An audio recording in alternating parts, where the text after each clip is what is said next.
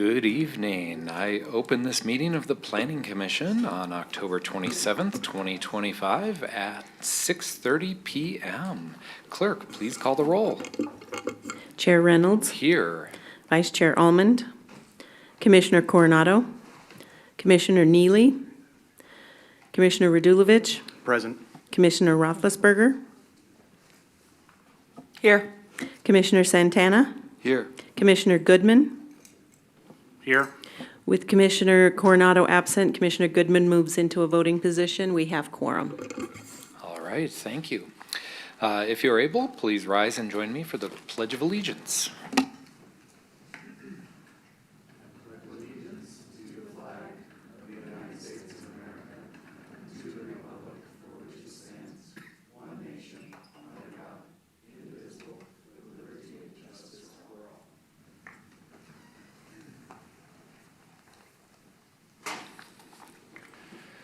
I am seeing no modifications to the published agenda, so the agenda is approved as presented.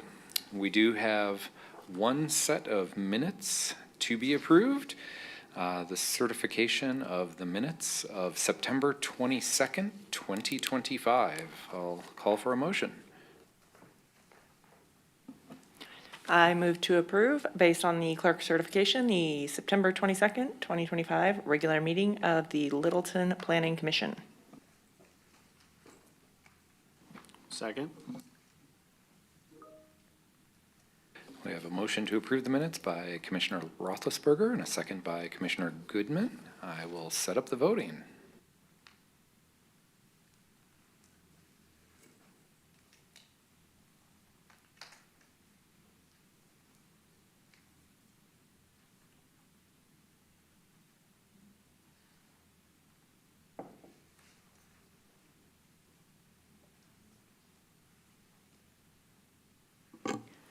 We can do thumbs up, thumbs down. Oh, no, looks like it's working now.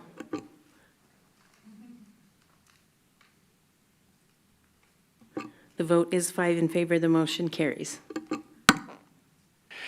Thank you.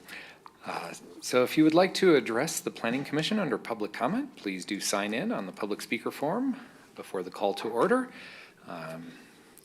Public comment is an opportunity to express opinions regarding issues that are not a part of the public hearings on this evening's agenda. There will be a separate opportunity to speak regarding those items.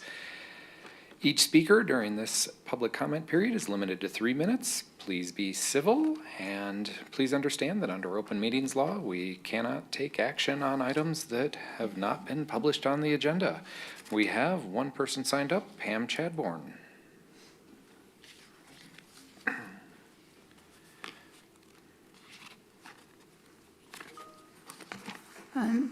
Good evening, Planning Commission. My name is Pam Chadbourne. I live a block or so from here. And I have a continuing theme of requesting that Planning Commission advocate for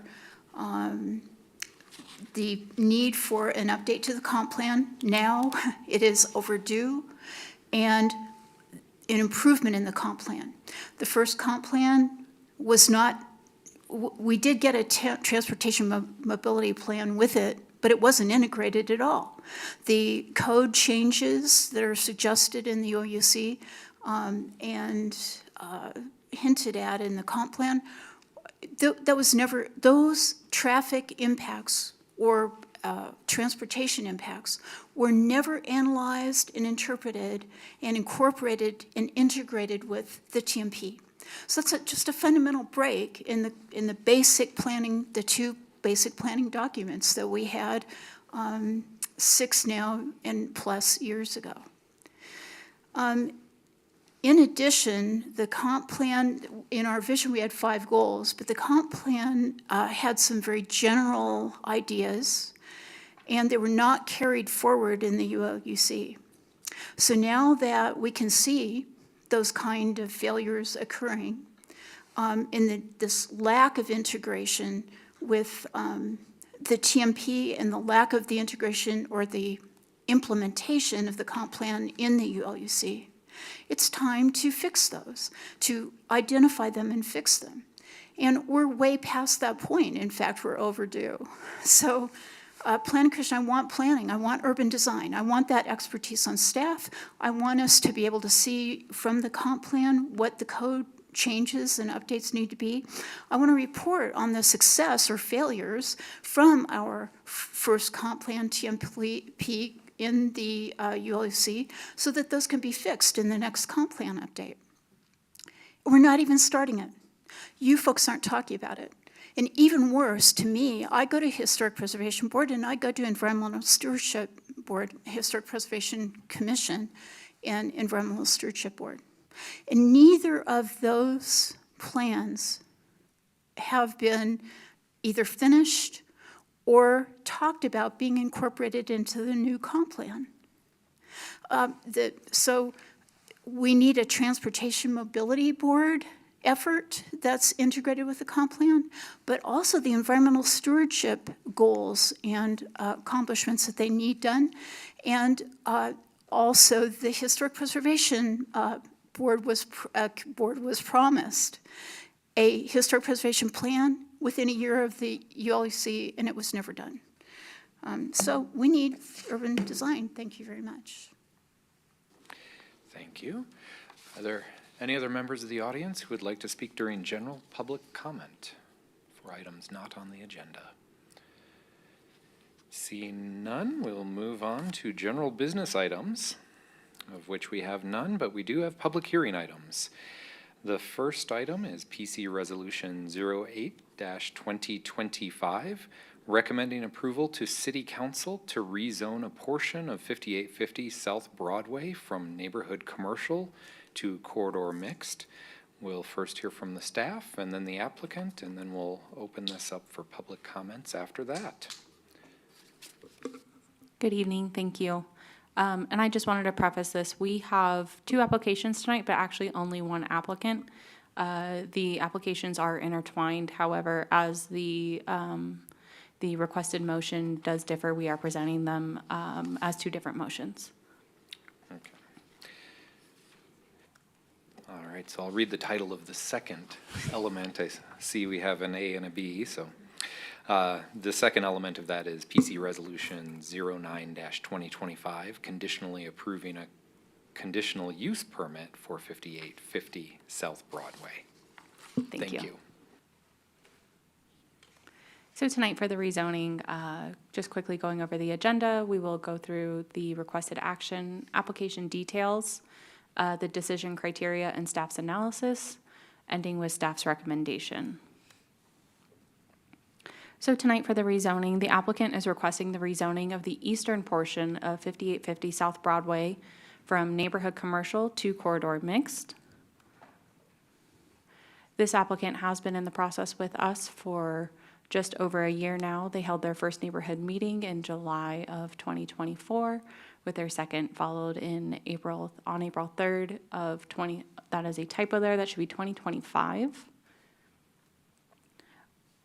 This hearing was posted according to the ULUC's requirements.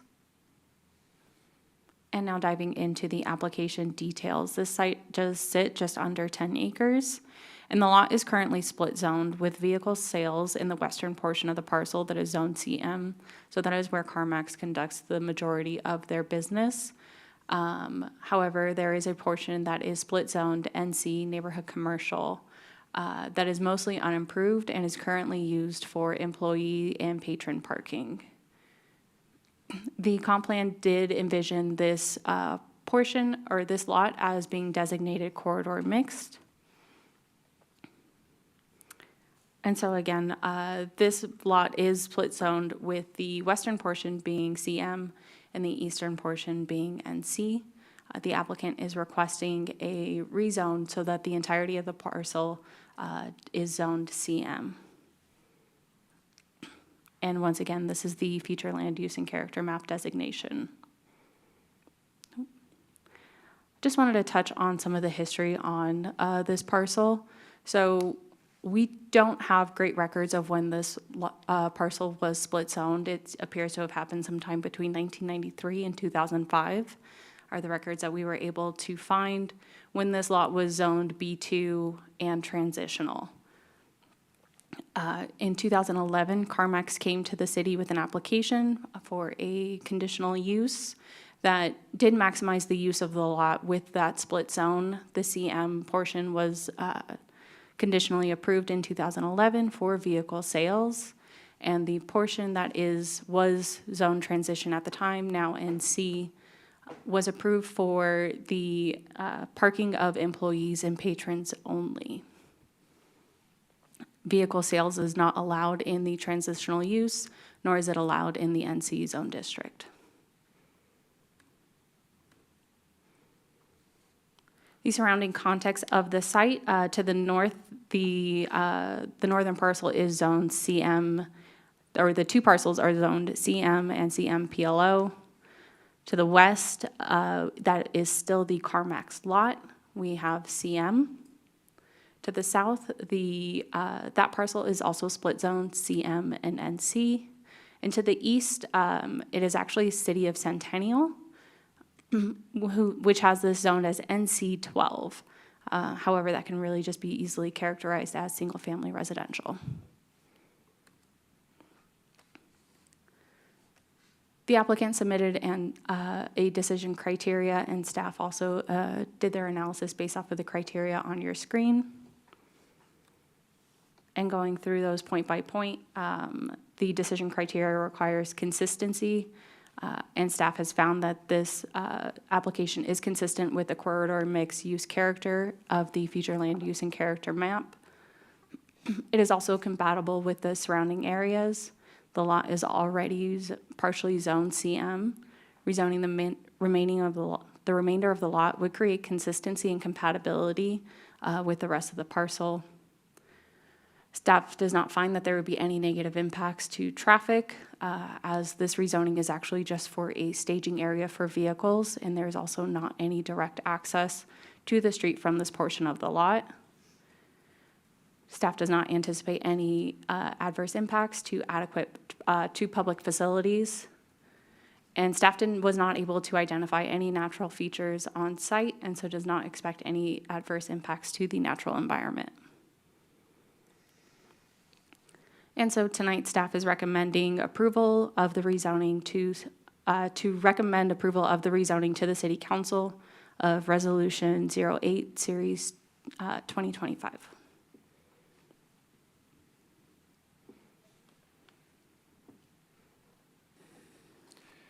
All right. Thank you for the presentation on the rezoning. I've heard from staff. We'll now hear from the applicant. Hi there, thank you so much. What was this on? Can you hear me? Great. Do we need to swear in the entire applicant team if people are going to speak? Okay, perfect. Well, my name is Cassidy Clements. I will be giving the presentation this evening for the rezoning and conditional use permit portion of the project. So I'll start with the rezoning presentation. So we are here to talk about the CarMax expansion lot. This is the general location. It is located off of South Broadway Road in incorporated Littleton.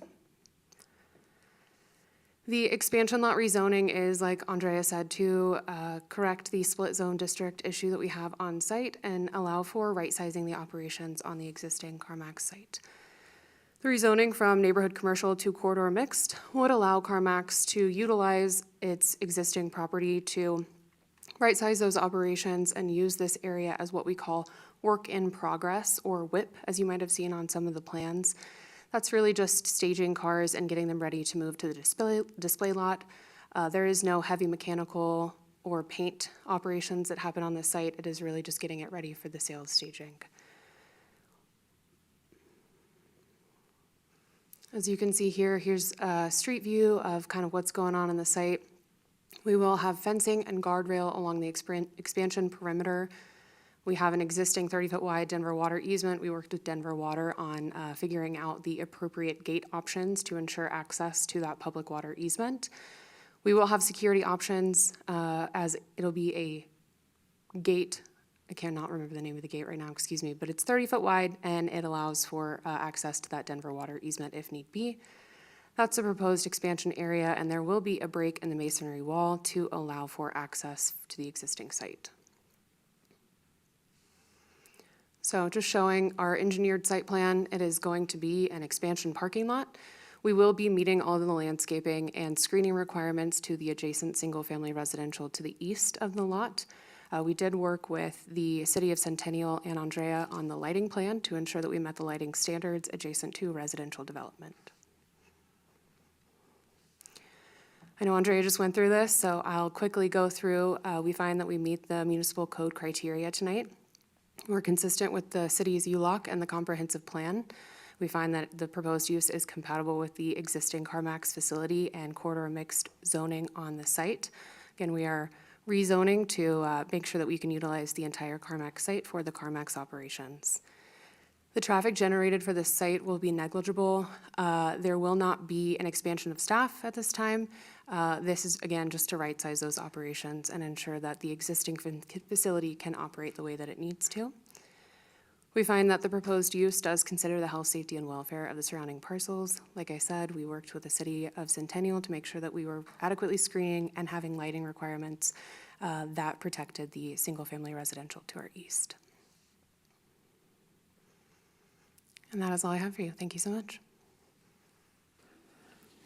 All right, do any members of Planning Commission have initial questions for either the applicant or staff? All right. Seeing none, I will open the public comment portion of the public hearing at 6:46 p.m. And I'll just, one quick question for legal. I've got two separate hearings here, so this is just for the proposal to rezone the site. Yes, sir. Thank you. Just wanted to clarify that. I do have one person signed up to speak regarding the proposal to rezone, Pam Chadbourne. And the other person to sign up, just for the record, was Cassidy, who we just heard from, so thank you.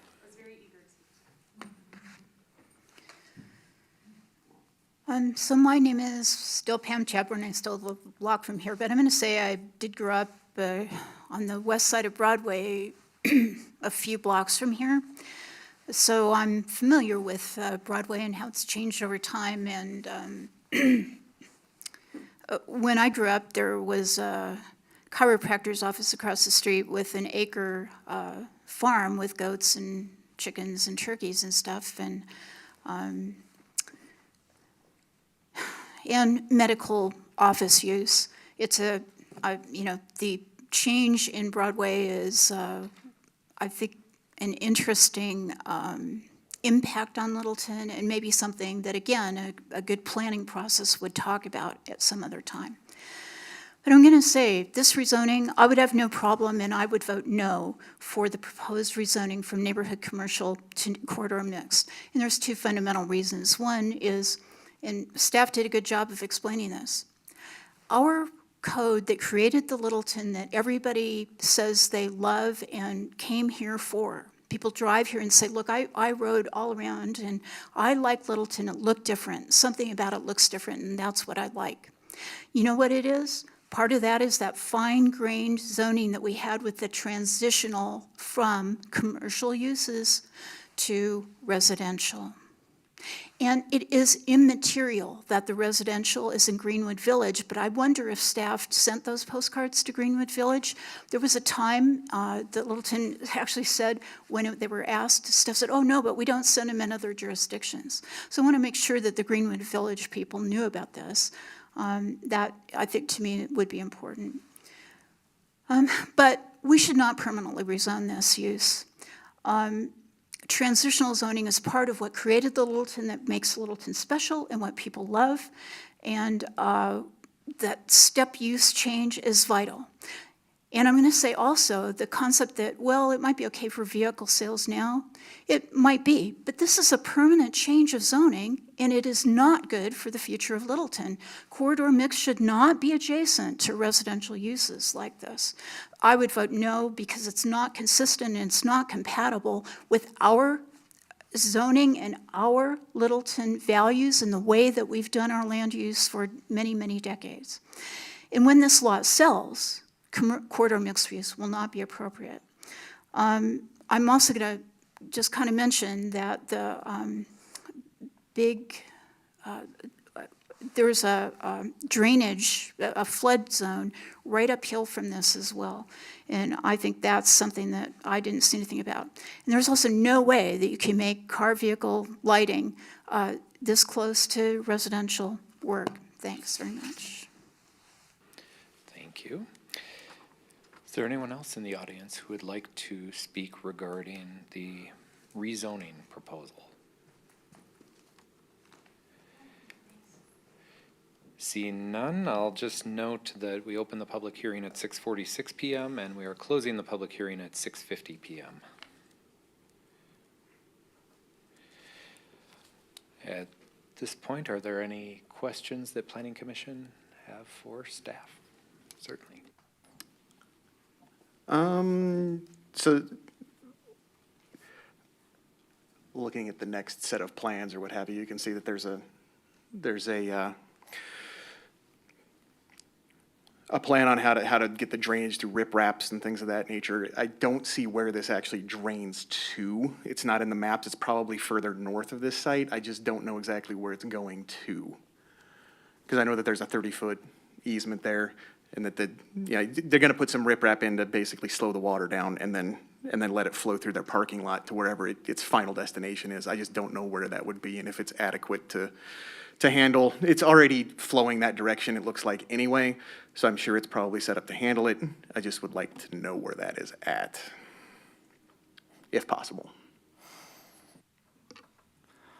Yes, so the applicant may have some knowledge of that. I would like to say that we did have extensive engineering review on this, and I did pull up the utility map locator, and it does appear that there is a storm sewer on that side of Broadway that heads south and connects into a larger network, but I'd be more than happy to have the applicant's input. Thank you. Thank you. So this is Rick from Inertia Engineering. He's going to speak with you about that question. Thank you. Hey, so to your question, the drainage, there's existing inlets on site, and they're going to be utilized for the existing site. And then as it goes and gets paved, we're going to put in a little swale, and all the water is going to go to the existing, the inlets, and then it'll be routed through the existing infrastructure to the pond that's already there. And then there's an engineered outfall there that'll outlet an 8-inch all the way south from the northern side all the way south. So we have all the documentation and everything that shows that the existing flow and the proposed flow are going to be, the proposed flow will be less than the existing flow in the ultimate condition. Okay. Thank you. Yeah. I'm not an expert in Centennial's code, so I know it said you said you all worked with them to work with the lighting standards and their other standards. Do they have any sort of setback standards and things like that? I know that this is a Littleton property and they kind of don't apply, but I just would like to have a better understanding of what their standards look like as compared to ours and how they're being met. So we did not review City of Centennial's zoning requirements. We did work very closely with City of Centennial on any concerns that they had. They did review this project through 3 rounds of review until we were able to get to approval for it. So I cannot speak to their setback requirements. I can tell you that because of the development, we did require a type B buffer yard, which does have, I believe, at least 7.5 feet of separation between the proposed graded lot and the property line. Okay. Was there, I don't recall seeing any documentation in my paperwork. I could have missed it, absolutely, about City of Centennial being okay with things. I definitely could have We missed did it. not include referral comments Okay. in the staff packet. I know it's probably not necessary information, but I think it's nice to know that our neighbors are okay with things as they sit, at least in a documented form before I come here. That's just my 2 cents on it. So it looks like this isn't even, the parking lot that's already there, that's in neighborhood commercial, is already violating our current zoning code, correct?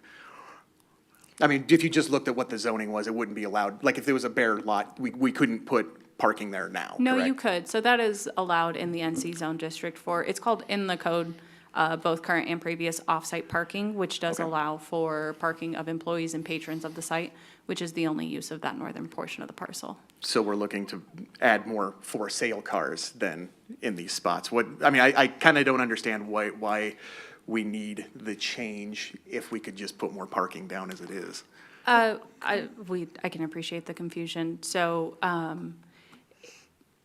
the difference is, so there are cars that will certainly be parked there, but will not be used as a parking lot as defined in the code. So the code does define the parking lot as being for licensed and operable vehicles that are parked there temporarily, typically only for employees and patrons of the site. Cars that are being worked on really do fall more inherently into that vehicle sales portion, as that is that portion of the lot is servicing the vehicle sales. So they won't be displayed there, but it is an extension of the business's operations. And I think this was some back and forth that occurred in 2024 originally when we came in for the development. CarMax was previously under the impression that we could develop that as further parking because it is allowed on the northeastern portion of the site.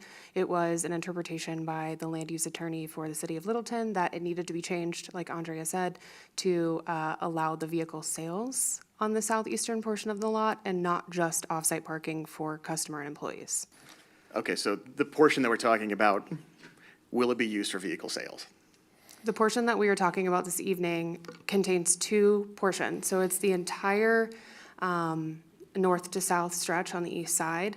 The northern portion will still continue to be for customer and employee parking. And then the south portion of the site, and I don't know if I could share my screen to show a site plan just to be, thank you, perfect. So this portion right here that is currently undeveloped, it is that grassy field with a little driveway through it. This will be the work in progress lot. This will be the vehicle staging and storage. And storage is a short-term storage. It's not a long-term storage option. Again, it is just getting us ready to take these cars to the sales lot to Okay. okay, sorry.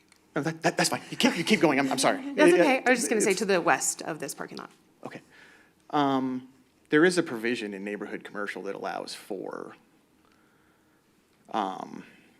like vehicle service minor and this does not fit that description? I think that was a part of our argument at the beginning of this process, that it could meet that description. It was the interpretation by the city of Littleton land use attorney that it did not.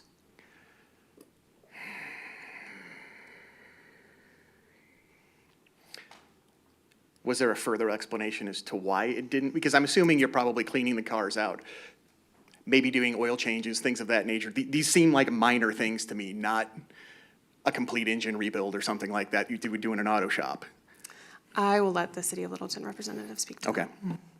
Yeah, absolutely. So we did review this. We did feel that this is in preparation for sales. So it'd be the storage of vehicles for sale. So therefore, in addition, the original CUP only allowed for certain items, right? And it truly indicated in that CUP for parking for commercial, or excuse me, not commercial, but for customer and employees. So regardless, we'd still be going through a CUP process at a minimum. But we did feel that the zoning aspect of it had two defined uses that the minor, et cetera, certain things were not allowed. This was a means of utilizing the site for ultimately the sales of those vehicles.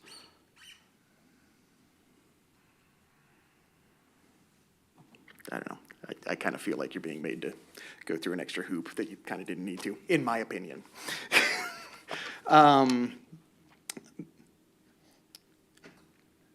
There just seems to be a lot of talk about variances and things. Why can't we just issue a variance for this use?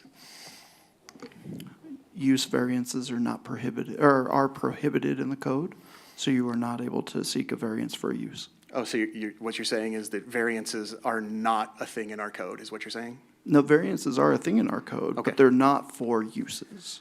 So you can't vary from a use, you can vary from a setback, a height, things of that nature, a bulk standard, absolutely. Okay. Yeah. Okay, thank you very much.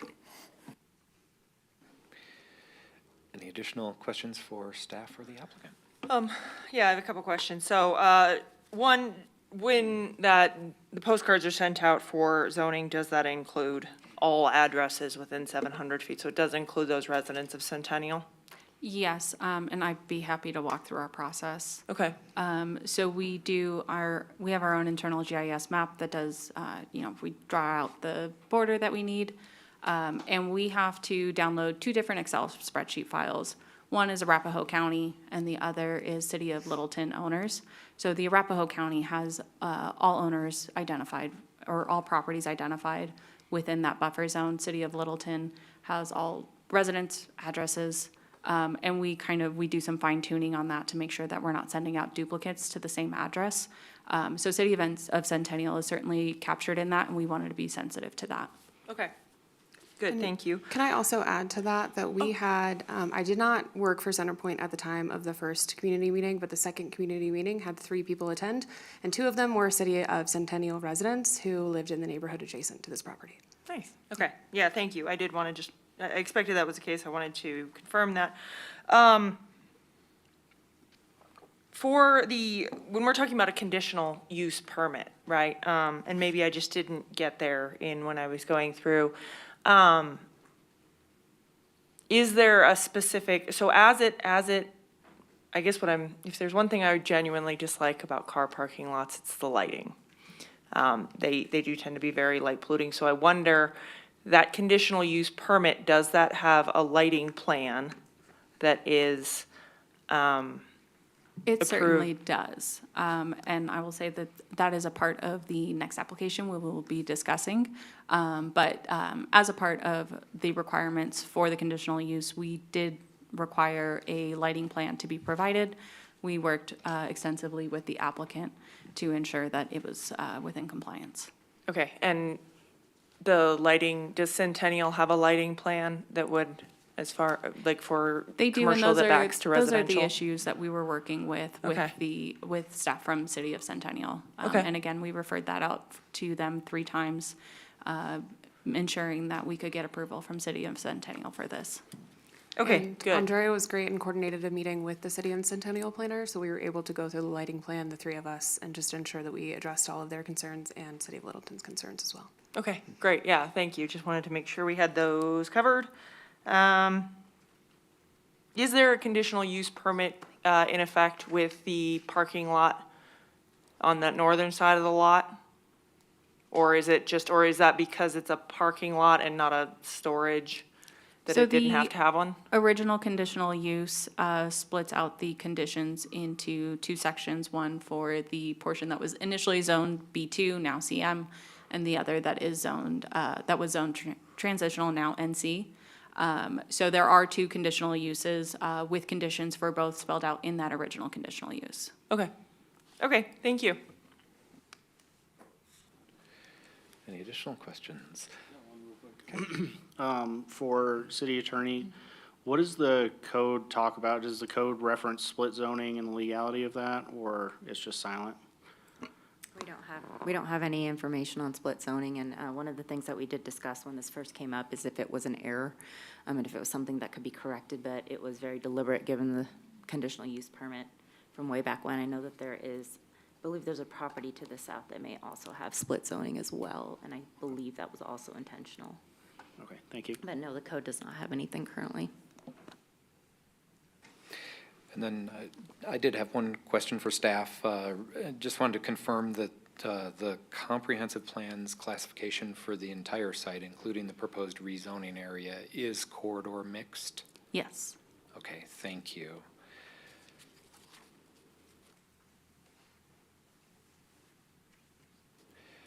All right, with that, I will call for a motion and second and discussion on the proposal to rezone a portion of the property.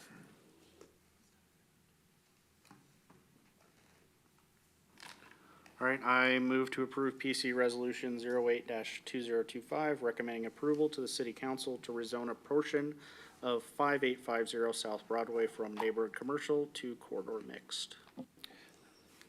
Okay. I believe we have a motion by Commissioner Goodman, and I think Commissioner Santana narrowly crossed the line with the second. So we have a motion and a second.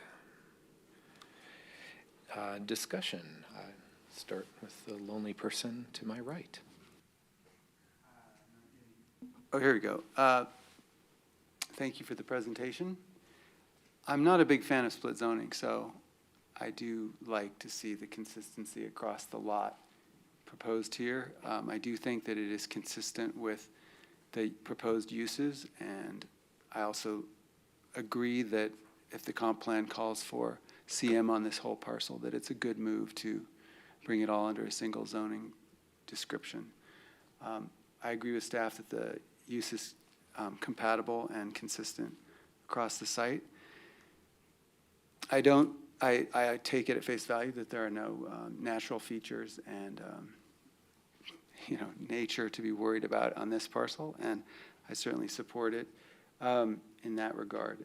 And I do like that we have taken into consideration the neighbors on the west side with the screening fence, which should prevent any headlights from going through to people's property. And we'll probably see the lighting plan, but in general, I'm in favor of this rezoning, so I would recommend it to council.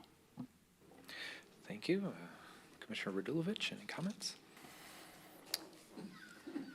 Just as far as the environmental thing goes, there's actually 10 more trees that are going to get planted through there, so we're adding to the canopy by building a parking lot. It just makes no sense. But other than that, I think this meets the criteria that we've got here. It's odd to split a lot that's owned like this. It's just kind of strange. So I will support this. Yeah, no, I'm in support, I think, again, because it does align with the future land use in the plan. The whole fact that it was split zone to begin with was kind of mind-blowing to me, that we would do that across a single lot. Didn't make sense to me, so I do think it makes sense to make it cohesive and in line with the overall city plan and city zoning map, so I will also be in support. Yeah, I agree with what everybody else has said. I think it meets all of the decision criteria. I'm fundamentally opposed to split zoning. It just doesn't make any sense to me to draw a line in the sand in the center of some parcel and say you can do this here but not over there. So yeah, I'll be a yes vote. Yeah, and thank you for all the comments. I don't have anything significant to add other than to note that I appreciated the efforts that both staff and the applicant made to get into the record their evaluation of the decision criteria and finding that the proposal does meet them. And as Commissioner Santana pointed out, that our comprehensive plan does designate this as a corridor mixed site in its entirety. So with that, I will call for the vote and try to make the screen work properly this time.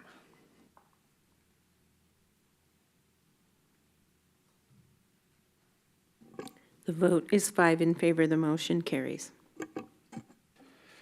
All right, thank you. And the second portion of this item is PC Resolution 09-2025, conditionally approving a conditional use permit for 5850 South Broadway. And I understand we had questions about specifics of the plan, and this is where we'll get to hear more about that. As before, we'll start with the staff and applicant presentation, followed by questions, and then open the public hearing. Just waiting for the presentation. Oh, it's on my end. I apologize.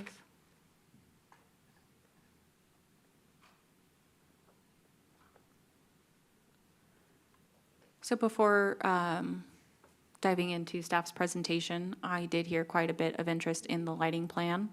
I will be upfront, that is not in this presentation. However, it is a part of the site plan that is included in your packet.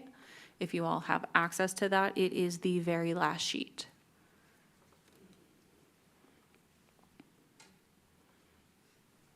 And so for this resolution, we will be discussing the conditional use of the lot in its entirety. This conditional use will supersede the existing conditional use on site. However, as the site is existing in its current form, staff is only focusing on the proposed lot expansion.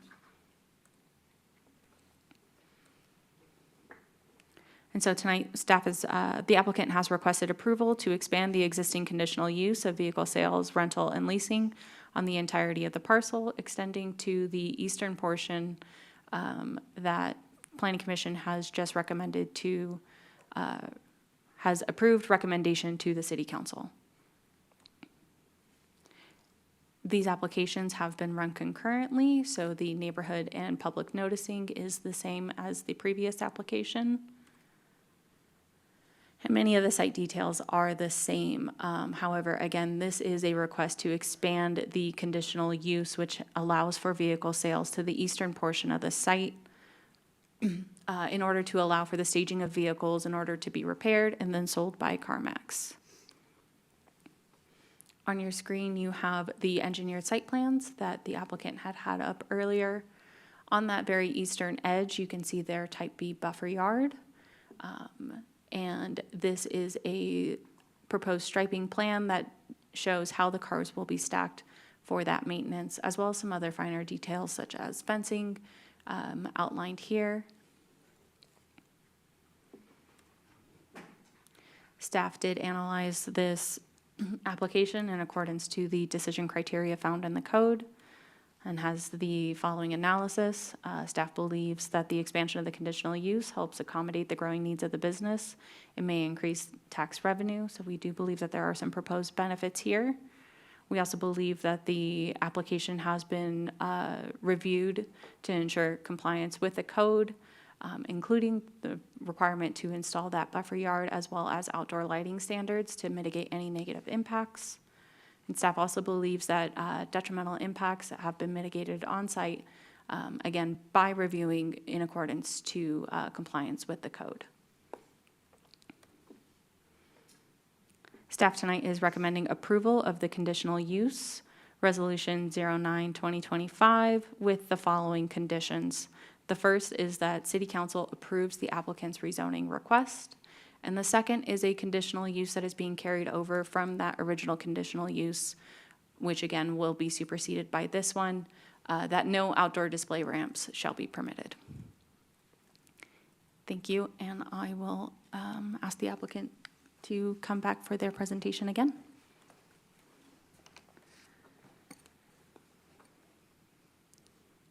All right, I'm ready whenever you are. I don't know who I'm looking for, but, okay. So we are here to talk about the conditional use permit for the CarMax and the City of Littleton. Again, subject property, these slides are gonna look very familiar to you.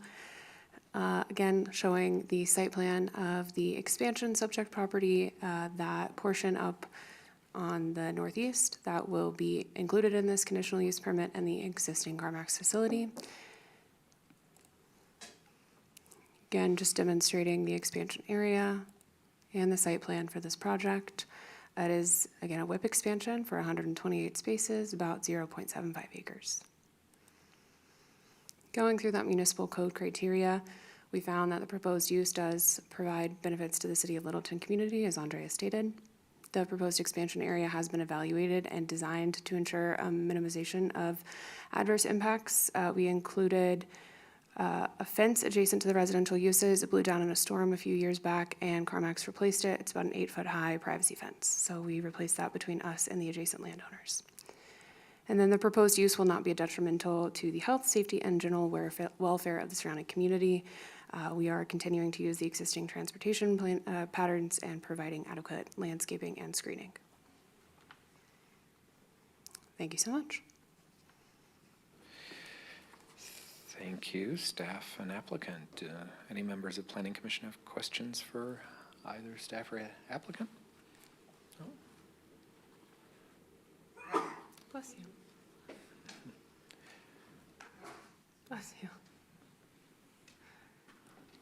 All right, seeing no questions, I will move on to the public hearing portion at 7:14 p.m.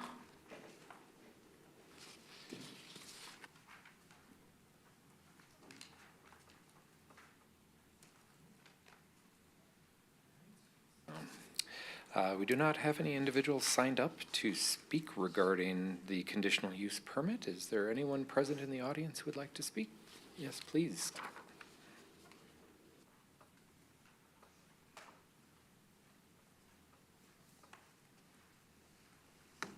My name is Pam Chadbourne, and I still live close to here. I would myself not approve this conditional use permit. It's because of lighting. Littleton had lighting code based on the model lighting ordinance, which is the agreement between the International Illumination Engineers and the Dark Sky Society, for 10 years, from 2000 to 2010. And so when you drive around Littleton at night, you'll actually notice that some places are compliant with the MLO lighting code. There's downward directed full cutoff lighting, and it's nice when you see it.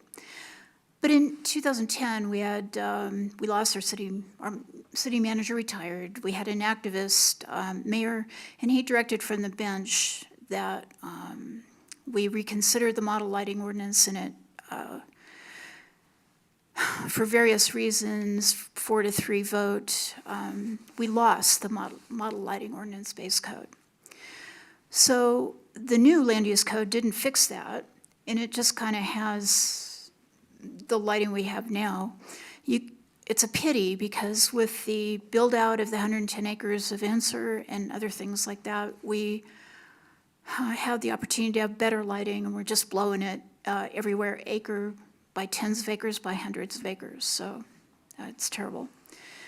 So again, I've said that I don't believe car lots can be compatible with residential, not across the street. I'm going to tell you from personal experience that across the street, I know my father had to live with those, and everybody else, those 29 homes on the west side of Broadway, with the car lots on the east side.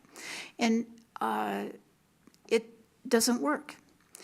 I'm also going to point out that research into the health effects of lighting is ongoing, but one of the really shocking things to me is that there is a worldwide, you can look at the entire Earth and look at the illumination that's visible, the light coming off of the Earth and outward, and it correlates totally with cancer, breast cancer in women.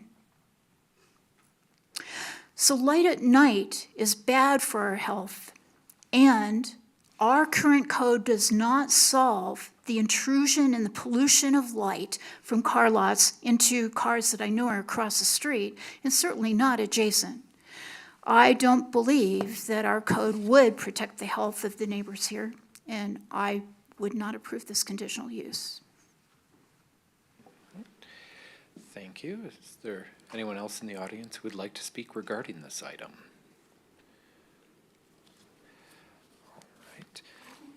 Do we have any additional questions for the applicant or staff? I may have some lighting questions. Yeah, I mean, I'm looking at the lighting plan on the back end of this, and I think it's twisted a little bit. I mean, you can tell by, I have to do that, and then it turns. Are all of the sites that are marked here, 1 through 4, are those where the light poles are meant to be? Do you mind pulling up the lighting plan? Do you know if I can do a swap? I think you can. Okay. Yeah. Do you want to speak to that question? Okay, great. Yeah. No worries. Okay, so ask me that question one more time. Sorry. So there's 1, 2, there's spots that are marked here 1 through 4 that point to various spots on this map. Are those where the light poles are expected to be? Oh, I'm not exactly sure. I think because it's 1, 4, 2, 4, and then 3, they're highlighting the different areas and different things that are shown on the site plan, including, so if you could see number 4, you see the dotted items that are right here. That's Is great. there a key that I'm missing somewhere on this? I'm hoping that it might be in. So that's showing the Yeah, gate. if I may, real quick, just from looking at the foot candle readings, it looks like the orange rectangles are the lighting fixtures. Yeah, so you see the dot, so that's a gate, 4 and 4 on the north end. Those are both Gibraltar gates. I remembered the word, by the way. And then just to the west of that gate, right there, that orange little box. Gotta love CAD. That's a light pole.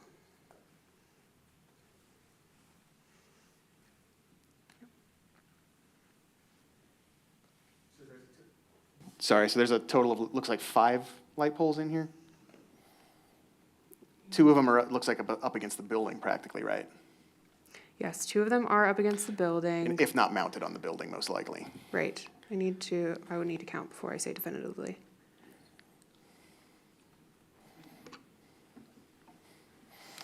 May I help? Go ahead. Go ahead.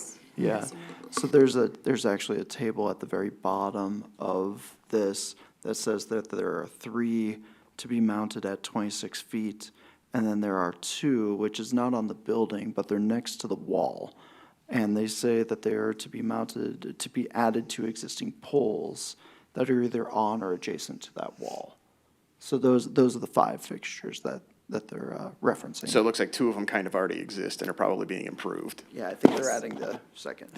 Like a second Yeah, exactly. beam on it, okay. So it would be 3 posts that are being added. And are those, I mean, at the bottom, this, it says 24-foot poles.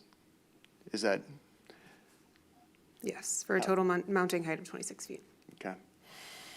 And they are shielded light fixtures.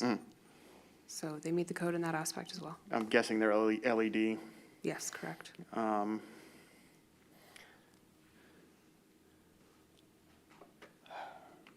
Yeah, that's all I've got for right now. Thanks. Any additional questions for the applicant or staff? Okay. I'm just looking at the table, and I noticed that a light loss factor of 0.9 was used, which represents a slight dimming of the light fixtures over time. Could you talk to that as opposed to using a light loss factor of 1.0, which would represent the brightness when the lights are flipped on the first day?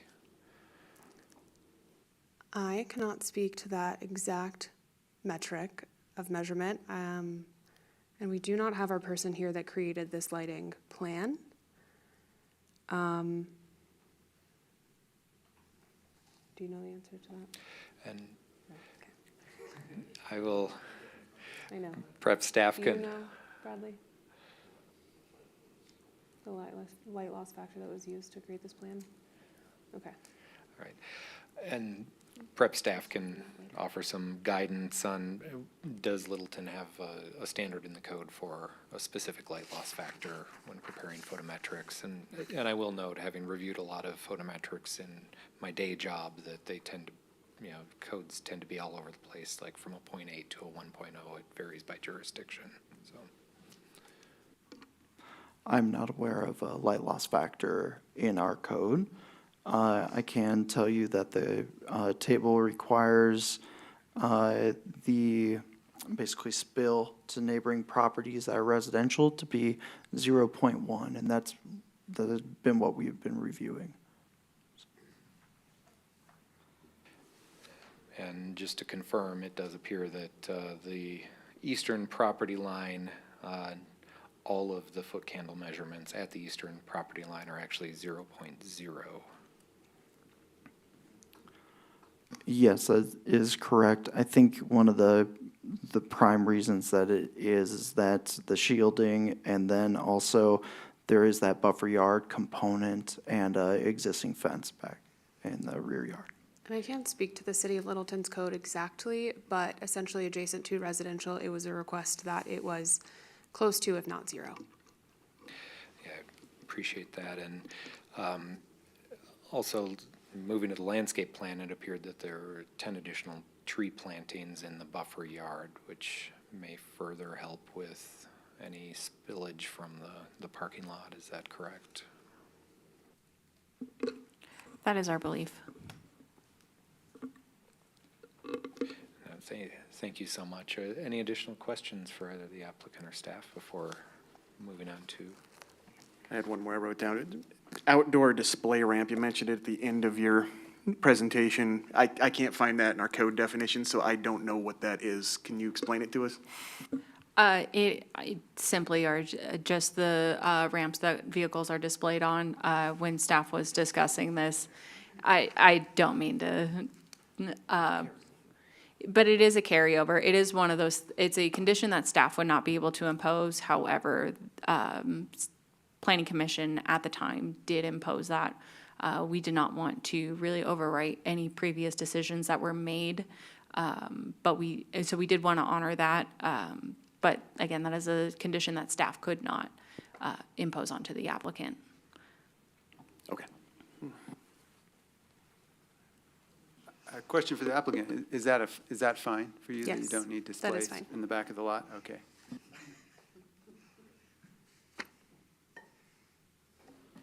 All right, last call on comments, and seeing no one raising their hand. I appreciate the answers to the Planning Commission's questions. I'll call for a Appreciate you giving motion. me a new thing to research when I go home. Okay, and I'll call for a motion in a second. I move to approve PC Resolution 09-2025, conditionally approving the conditional use permit for 5850 South Broadway with the following conditions. One, city council approval of the applicant's rezoning request of the eastern portion of the subject property from neighborhood commercial to corridor mixed. And two, no outdoor display ramps shall be permitted. Second. Okay, motion by Commissioner Radulovich, second by Commissioner Goodman. And discussion, we'll start down here. I mean, the criteria are fairly consistent, even compared to between the rezoning and this. There's a lot of carryover between the two, so I think this meets what it needs to meet. I do appreciate the candle. I can't remember the word for it. How much the light's gonna penetrate to the end of that. That's a good map. As long as it's accurate, which I have no reason to believe it won't be. So I will be approving this.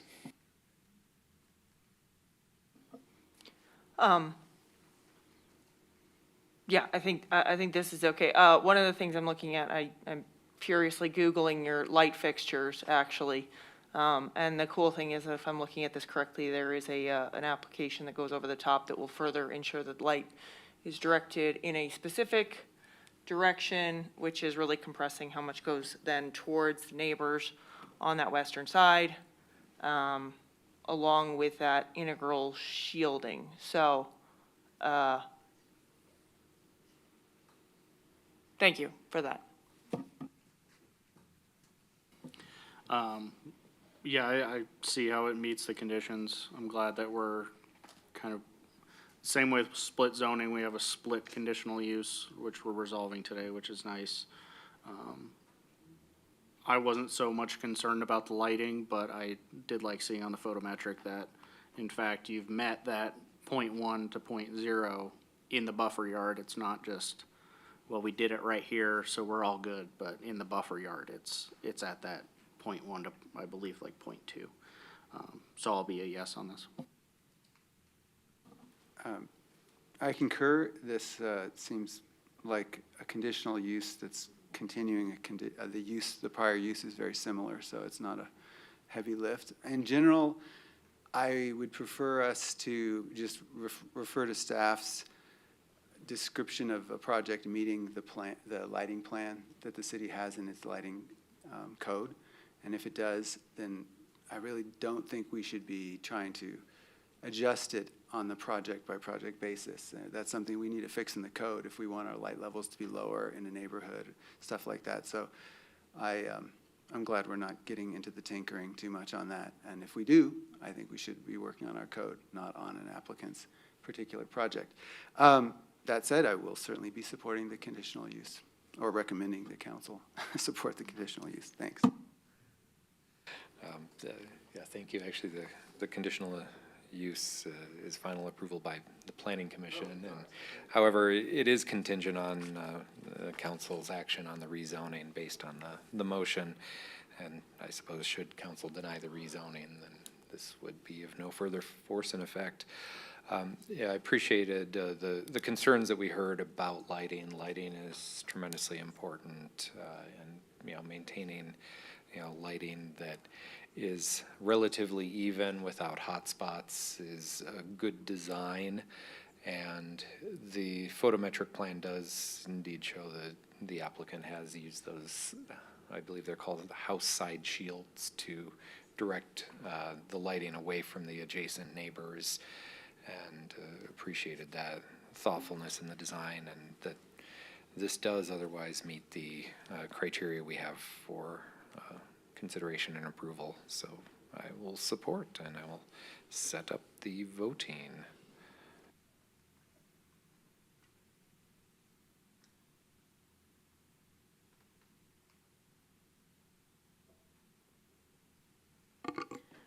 The vote is 5 in favor. The motion carries.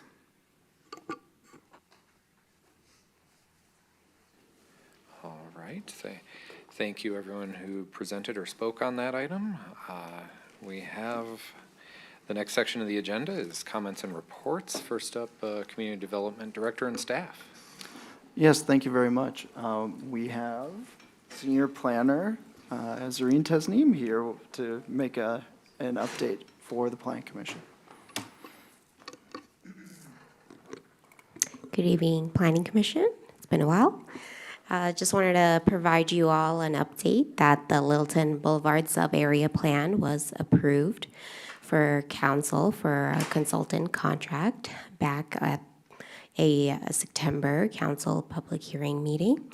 So I'm here to let you guys know of that update and to let you know we're finally be starting work on that sub-area plan. I think some of you might be interested or have been kind of keeping track of where that's been progressing. We're currently working on soliciting members for a stakeholder working group that will be participating throughout the duration of the sub-area planning process, which will last about 18 to 24 months. Part of that stakeholder working group is representation from our boards and commissions, which includes Planning Commission. So I'm here to formally invite and request that you all choose a member from Planning Commission to serve as representative on the stakeholder working group for that sub-area plan. I think maybe the formal process is that the chair chooses a member. We will work on process for the next meeting. We're not asking for selection at this meeting. Thank you. Yeah. This is to inform you that this is coming and that we will want representation. Yeah, so just to inform you all and to discuss amongst yourself to make that selection and to probably let Jared know who your selection will be. We do anticipate the first stakeholder group meeting starting in the beginning of next year, so anticipating the first meeting being either January or February of next year, and then for meetings to meet occasionally every couple of months to discuss feedback on visioning along the quarter or different topics. One of the topics that the stakeholder group, or one of the engagement aspects that the stakeholder working group will be working on, is the urban design shred. So that's one of the tasks that the group will be working on. So some things to look forward to, but just wanted to give you all a heads up of that's coming up, an opportunity to participate as a member of Planning Commission, and kind of time commitment as required of working in that stakeholder working group, if that is of interest to any of you. If I may add, also just for your general knowledge and for when you talk with the public about things going on in the city of Littleton, unlike a quasi judicial item that you aren't able to speak about, this is something that we want a lot of participation in the future. We'll start rolling out a number of public engagement items, and so even if you do not serve on the committee, we want your engagement in the plan, right? So whether that be through a survey, et cetera, we'll also keep the Planning Commission engaged in a number of different ways throughout the course of the planning effort. So. I have a question. Will you be doing this via a consultant group, or are you doing it on? Yes, so we have contracted with a consulting group to do the planning process, for us, but staff will also be working along with them as kind of side by side. I had a question. I've noticed on my GPS that suddenly Littleton Boulevard is considered a state highway. It's like C-75 or something like that.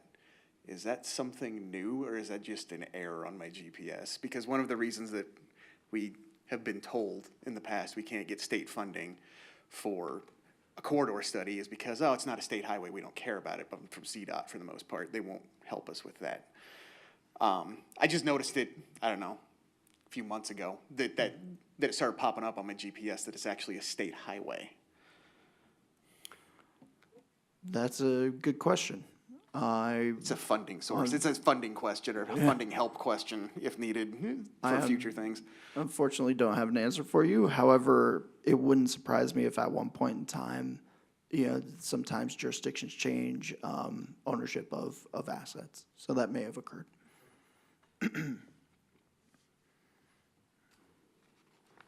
right, any other staff announcement? Not this time, thank you. Okay. City attorney, city clerk? None at this time? We do, pardon, we do have a meeting on the 10th of November, and then the meeting for the 24th of November is canceled.